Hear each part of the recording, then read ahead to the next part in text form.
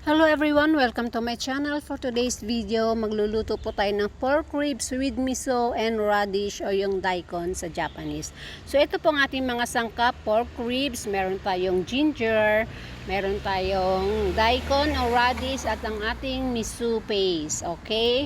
Pwede din kayong gumamit ng soybean paste.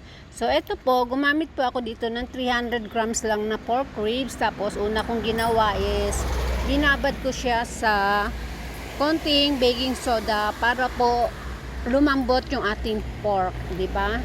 So ayan, ibabad lang natin siya ng mga 5 to 6 minutes. After nyan, hugasan lang natin mabuti ng maraming beses. Tapos itong ating daikon, syempre babalatan natin daikon o yung radish. Kasi yung daikon guys, tawag yan ng mga Japanese. So ayan, babalatan lang natin siya. Kayo nang pumili kung gaano kakapal ang gusto nyo na sa ating daikon at kung paano nyo hiwain. Ako hiniwa ko lang siya ng yung isang bilog na yan, hinati ko lang siya sa 4. Kayo kung gusto nyo ba ng pa-slanting, pa-cubes o whatever, do it ayon sa inyong gusto.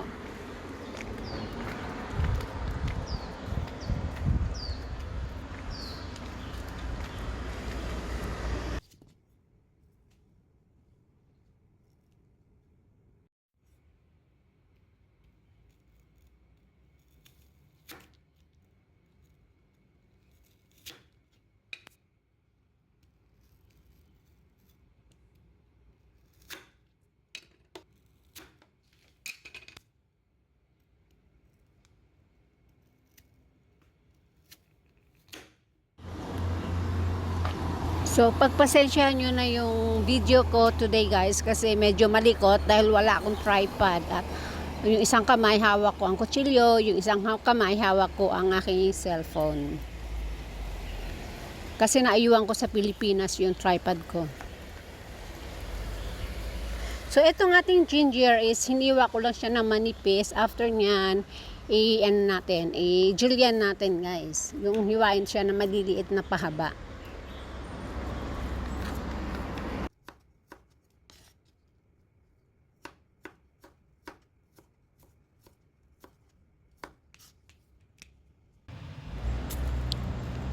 Next ay mainit na tayo ng ating skillet o ng ating kawali kasi i-fry natin ng sandali ang ating pork ribs. Ayan, i-fry nyo lang siya. Huwag nyo masyadong dami ng mantika guys. Hanggang siya ay mag-golden brown. Hindi naman siya talagang toasted ha. Hindi, huwag nyo itostado yan. Basta mag-golden brown lang yung ating pork. Baliktarin nyo na sa kabilang side. Pag nag-brown na siya ng konti,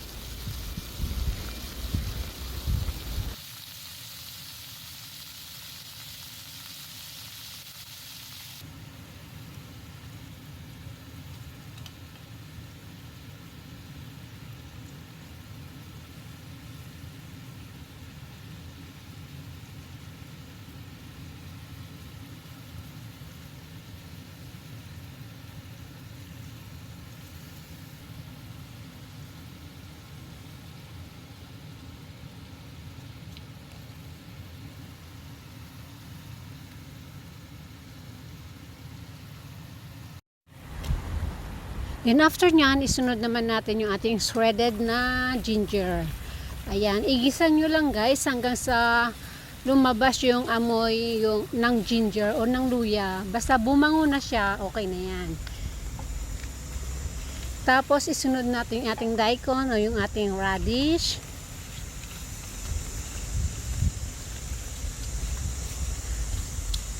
Haluin saglit.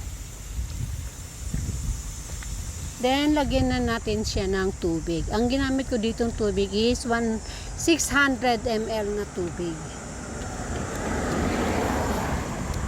Kasi, saglit lang to maluto dahil nilagyan natin ng ng baking soda yung ating meat, diba? So, malambot na yon. So, hindi natin masyadong tagalan na pagluluto.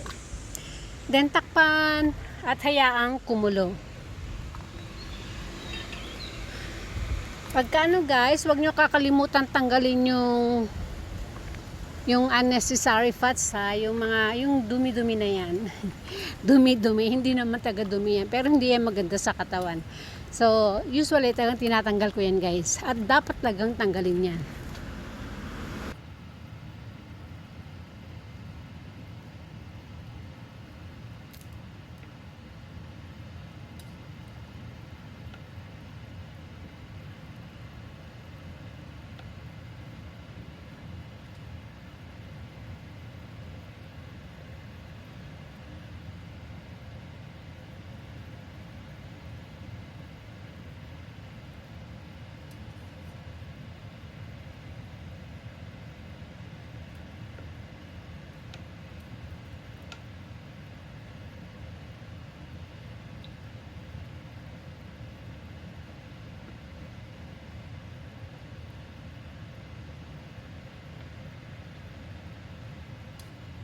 So yan guys, basta every now and then, kailangan po natin i-check kung may mga lumulutang pa na mga mantika na yan. Kasi hindi talaga yung maganda sa ating katawan.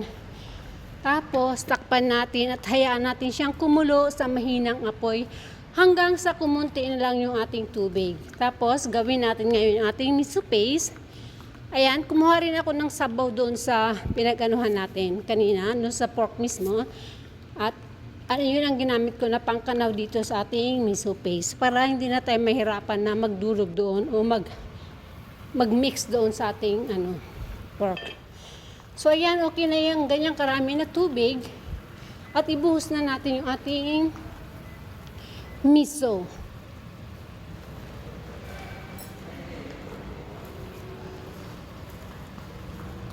Ayan, ibuhos na natin siya. Tapos haluin. Dapat pagbuhos nyo ng miso, dapat pala naka-off na yung apoy guys. Kasi mamamatay, maano yung enzyme, mawawalan ng bisa yung enzyme na tinataglay ng miso, which is very healthy yun sa ating katawan. So ayan, tapos na tayo dyan.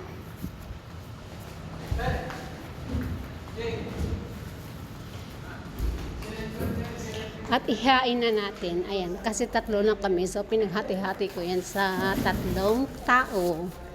Ang aking niluto. Thank you so much. Sana may natutunan po kayo sa video na to.